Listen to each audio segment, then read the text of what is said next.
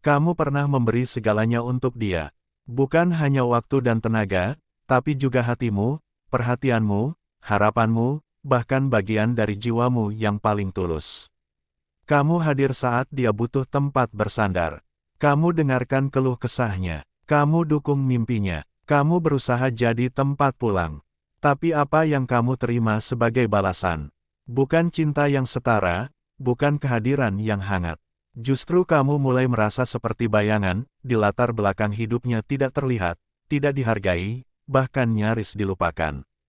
Pesan-pesanmu dibiarkan terbaca tapi tak dibalas. Kamu melihat dia tertawa dengan orang lain, memberi perhatian pada banyak hal kecuali kamu.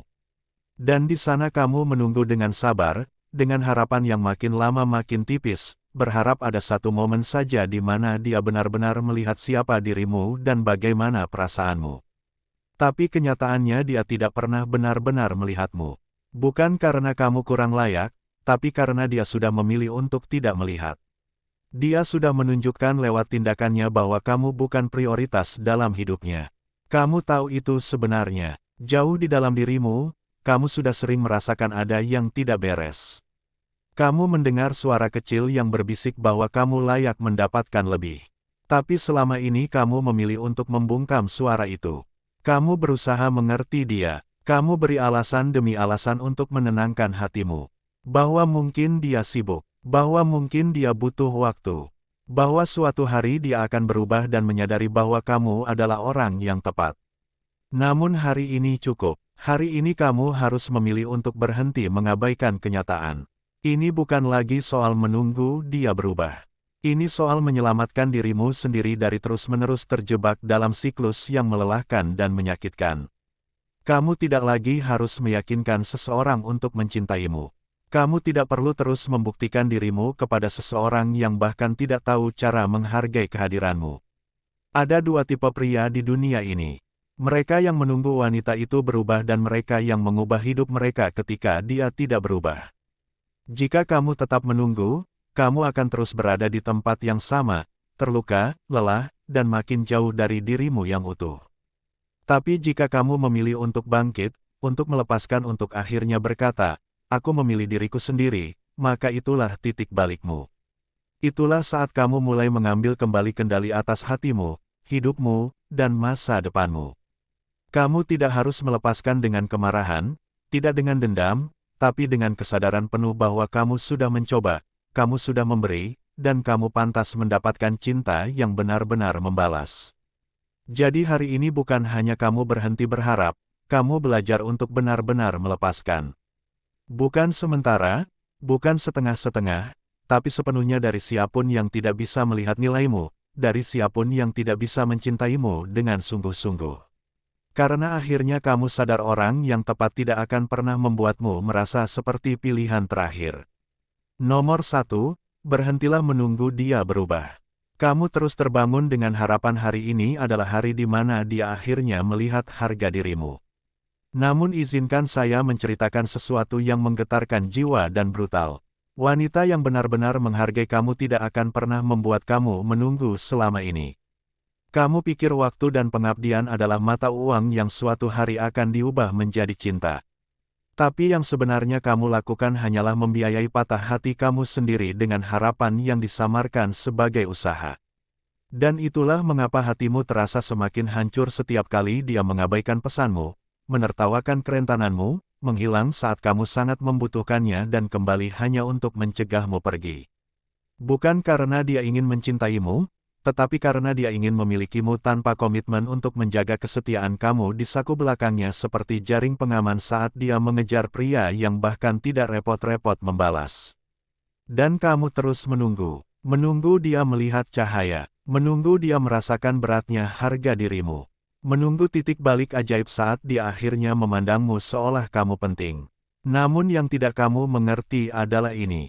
Kamu telah melatihnya untuk melihat kamu sebagai sesuatu yang bisa dibuang. Kamu mengajarinya bahwa tidak peduli seberapa sedikit yang dia berikan, kamu akan bertahan. Kamu mengajarinya bahwa diamnya akan disambut dengan kesabaran, bahwa pengkhianatannya akan disambut dengan pengampunan, bahwa usahanya yang setengah-setengah akan disambut dengan perayaan. Dan orang tidak akan mengubah apa yang bisa mereka lakukan. Mereka hanya berubah ketika mereka dipaksa menghadapi kenyataan bahwa mereka telah kehilangan akses terhadap apa yang pernah mereka anggap remeh. Kamu tidak menunggu dia berubah. Kamu menghindari rasa sakit karena mengubah diri sendiri. Kamu menghindari kebenaran yang tidak mengenakan bahwa kesetiaan kamu salah tempat, bahwa cinta kamu telah dieksploitasi, bahwa keinginan kamu untuk terhubung telah menjadi kelemahan terbesar kamu, dan bahwa kamu telah salah mengira penderitaan kamu sebagai kekuatan. Namun penderitaan tanpa pertumbuhan bukanlah sesuatu yang mulia. Itu sia-sia, dan setiap kali kamu menjelaskan diri kamu kepada seseorang yang sudah mengambil keputusan, kamu menurunkan nilai kamu. Bukan hanya di matanya, tapi di matamu sendiri. Itulah kerusakan yang sebenarnya, bukan penolakannya, tetapi penolakanmu untuk pergi. Keterpisahan yang sesungguhnya dimulai saat kamu berhenti mengejar harapan dan mulai menghadapi fakta. Dia tidak butuh waktu, dia punya waktu. Dia tidak butuh ruang, dia punya ruang. Dia tidak butuh kejelasan. Tindakannya telah berbicara. Kamu harus berhenti tawar-menawar dengan kenyataan yang sudah tertulis dengan huruf kapital tebal di setiap pesan yang tidak terjawab dan setiap rencana yang dia batalkan. Dan setiap kali dia membuat kamu merasa seperti orang yang tidak dipikirkan lagi. Dan saya tahu kamu berpikir bahwa melepaskan diri berarti bersikap dingin. Tapi ternyata tidak. Itu berarti terjaga, itu berarti akhirnya mengambil langkah mundur dan melihatnya sebagaimana adanya, bukan sebagaimana yang kamu inginkan. Artinya bercermin dan bertanya, bagian diriku mana yang terus kembali kepada orang-orang yang menyakitiku. Mengapa aku lebih setia kepada fantasi tentang potensinya daripada realitas kedamu sendiri? Ini bukan hanya tentang dia, ini tentang pola kamu. Ini tentang luka pertama yang membuat kamu berpikir cinta harus diperoleh melalui pengorbanan. Perhatian itu harus dibeli dengan rasa sakit. Kehadiran itu harus dimohon. Di suatu tempat seseorang membuat kamu percaya bahwa diinginkan adalah hadiah atas penderitaan. Itulah kebohongan yang harus kamu bunuh. Bukan hanya untuk wanukiap hubungan yang akan kamu jal lagi dan akan menyakitkan untuk meninggalkannya. Kamu akan merasa seperti meninggalkan hati kamu sendiri. Kamu akan bertanya-tanya apakah kamu menyerah terlalu cepat. Kamu akan memutar kembali kenangan indah dan bertanya-tanya apakah kamu bereaksi berlebihan. Namun, nostalgia adalah pembohong. Memori adalah sebuah filter. Rasa sakit karena meninggalkan sesuatu adalah harga dari kedamaian. Kamu tidak berhutang kesempatan seumur hidup kepada siapapun hanya karena kamu berdua berbagi momen. Kamu tidak berhutang masa depan kepada seseorang hanya karena mereka adalah bagian dari masa lalu kamu. Kalau dia mau berubah, dia pasti sudah melakukannya. Jika dia menghargai kamu, kamu tidak perlu menebak. Dan jika kamu tetap tinggal sekarang, mengetahui semua yang kamu ketahui, penderitaan yang menyusul bukanlah salahnya. Itu milikmu. Kamu harus menjadi lelaki yang menolak tinggal di tempat yang jiwanya perlahan-lahan sekarat. Kamu harus menjadi lelaki yang berjalan pergi meski dengan air mata di matanya. Karena dia tahu bahwa semakin lama dia tinggal, semakin jauh dia menjauh dari dirinya sendiri. Jadi, apa sebenarnya yang harus kamu lakukan? Pertama, kamu harus memutuskan bahwa kedamaian kamu tidak dapat dinegosiasikan. Kamu harus menghapus kontaknya bukan untuk menyakitinya, tetapi untuk melindungi diri kamu agar tidak kembali terjerumus dalam ilusi. Kamu harus menghancurkan setiap jalur yang bisa digunakannya untuk menghubungi kamu. Karena penyembuhan membutuhkan keheningan, kamu harus membakar surat-surat, gambar-gambar, pesan-pesan, setiap artefak cinta yang tidak pernah benar-benar ada. Kamu harus membuat rutinitas harian baru yang tidak memberi ruang bagi kekambuhan emosi. Kamu harus mengganti waktu yang biasa kamu sia-siakan untuknya dengan disiplin, dengan tujuan, dengan saudara-saudara yang meminta pertanggungjawaban kepada kamu. Kamu harus mematikan musik yang mengingatkan kamu padanya. Kamu harus berhenti menguntitnya daring. Berharap menemukan makna tersembunyi dalam postingannya. Tidak ada. Berhenti melihat. Dia tidak mengirimkan sinyal. Kamu memproyeksikan makna ke dalam ketidakhadirannya karena kamu belum menerima kebenaran. Dan apa yang tidak boleh kamu lakukan lagi? Jangan pernah membenarkan sikap tidak hormat. Jangan pernah memaafkan ketidakkonsistenan. Jangan pernah mengorbankan standar kamu demi ilusi cinta. Jangan pernah mendiamkan insting kamu ketika ia mengatakan ada sesuatu yang salah. Jangan pernah meromantisir potensi seseorang jika realita adalah mimpi buruk. Kamu tidak ada di sini untuk memperbaiki orang. Kamu tidak ada di sini untuk membuktikan nilai kamu. Kamu di sini untuk tumbuh, untuk berkembang, untuk menjadi. Dan apapun atau siapapun yang menjauhkan kamu dari itu bukanlah cinta. Itu adalah gangguan yang tersamar. Melepaskan berarti kembali ke dirimu sendiri untuk berhubungan kembali dengan dirimu yang dulu sebelum dunia mengajarkanmu bahwa harga dirimu bergantung pada pilihanmu. Dan ketika kamu kembali ke diri kamu sendiri, kamu menyadari sesuatu yang mendalam. Kamu tidak pernah menunggunya berubah. Kamu sedang menunggumu. Untuk saat ini kamu akhirnya berkata cukup. Untuk saat ini kamu berhenti menyebut penderitaan sebagai cinta. Untuk saat ini kamu berhenti menyebut kebingungan sebagai tanda untuk tetap tinggal.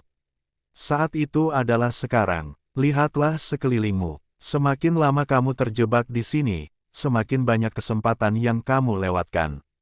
Semakin banyak kedamaian yang kau korbankan, semakin banyak energi yang terkuras.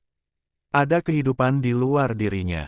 Kegembiraan tak terkira, gairah tak terkira. Namun kamu tidak akan menemukannya. Berdiri diam di ruangan yang sama, menatap pintu yang sama, berharap pintunya terbuka, tidak akan. Dan semakin cepat kamu menjauh, semakin cepat kamu akan melihat betapa banyak pintu lainnya yang menanti kamu. Kamu tidak rusak, kamu sedang mengalami terobosan. Dan rasa sakit yang kamu rasakan saat ini itu bukanlah akhir, itulah awal kelahiran kembalimu. Nomor 2, dia bukan hadiahnya kamu. Kamu tidak seharusnya mengejarnya. Dia seharusnya mengenali nilai kamu atau kehilangan akses selamanya. Sejak kamu lahir, dunia diam-diam membisikkan kebohongan ke telingamu. Sebuah kebohongan yang ditelan mentah-mentah oleh semua orang tanpa perlu dipertanyakan lagi. Bahwa validasi seorang wanita adalah puncak harga diri kamu. Bahwa kesuksesanmu tak ada artinya jika tidak dimahkotai dengan persetujuannya. Bahwa hadiah terakhir di akhir penderitaan kamu adalah pilihannya padamu. Dan kebohongan itu telah membusukkan jiwa jutaan lelaki yang kini berjalan di muka bumi dalam keadaan hampa, putus asa, tanpa henti tampil demi senyum sekilas seorang wanita yang telah memutuskan bahwa ia tidak lagi melihat mereka seperti itu. Kamu diajari untuk memuja perhatiannya, untuk mendaki gunung harapannya yang mustahil. Berharap suatu hari jika kamu cukup setia, cukup sabar, cukup pemaaf, dia akhirnya akan membuka hatinya dan membalas kamu dengan cinta. Namun mari kita hancurkan dongeng itu sekarang juga. Karena selama ini ia telah menjadi kandangmu. Dia tidak pernah menjadi hadiahnya, kamu dulu, kamu sekarang dan hingga kamu menghayati kebenaran itu dalam hati kamu, hingga menjadi udara yang kamu hirup dan darah dalam pembuluh darah kamu, kamu akan terus kehilangan diri kamu demi wanita yang tidak akan menyeberang jalan untuk kamu jika kamu tidak berguna bagi kebutuhan emosional mereka saat ini. Nilai seorang pria tidak diukur dari seberapa besar pengorbanannya untuk memenangkan seseorang yang jarang melihatnya. Hal itu diukur dari seberapa kejamnya ia melindungi standar-standarnya, energinya, tujuannya, dan waktunya dari siapapun yang tidak pantas mengaksesnya. Wanita tidak secara hakiki jahat karena menilai pria secara berbeda. Mereka secara biologis terprogram untuk mencari pasangan yang memiliki nilai tertinggi yang tersedia. Dan jika kamu bertindak seolah-olah nilai kamu ditentukan oleh seberapa besar, kamu bersedia menderita demi persetujuannya, kamu secara otomatis memberi isyarat kepadanya bahwa kamu sebenarnya tidak yakin memiliki nilai. Dan dalam logika ketertarikan yang brutal, dia meresponsnya dengan menarik diri, tidak menghormati, mengabaikan, atau menggantikan kamu. Kamu harus menjadi pria yang kehadirannya merupakan hak istimewa, bukan kewajiban. Lelaki yang begitu terpaku pada pertumbuhannya sendiri, misinya sendiri, kode etiknya sendiri sehingga gagasan mengemis remah-remah emosi bukan saja memalukan, tetapi menggelikan. Kamu harus membangun kehidupan kamu seperti benteng, kokoh, berdaulat, dan mandiri. Dan dia menambahkan sesuatu ke dalam kekaisaran itu atau dia dengan lembut ditunjukkan gerbangnya. Berhentilah mengejar wanita yang menunjukkan ketidakpedulian padamu. Mulailah mengejar kebesaranmu sendiri dengan rasa lapar yang tak terhentikan sehingga keberadaanmu memancarkan medan kekuatan yang dapat dirasakannya bahkan sebelum kamu berbicara. Dan bagaimana tepatnya kamu melakukannya? Pertama, kamu menguasai pikiran kamu. Kamu memprogram ulang diri kamu setiap hari melalui buku yang kamu baca, mentor yang kamu dengarkan, dan teman-teman yang kamu ikuti. Tidak ada lagi dopamin tak berujung yang menelusuri story Instagramnya dengan harapan melihat sekilas dirimu terpantul dalam hidupnya.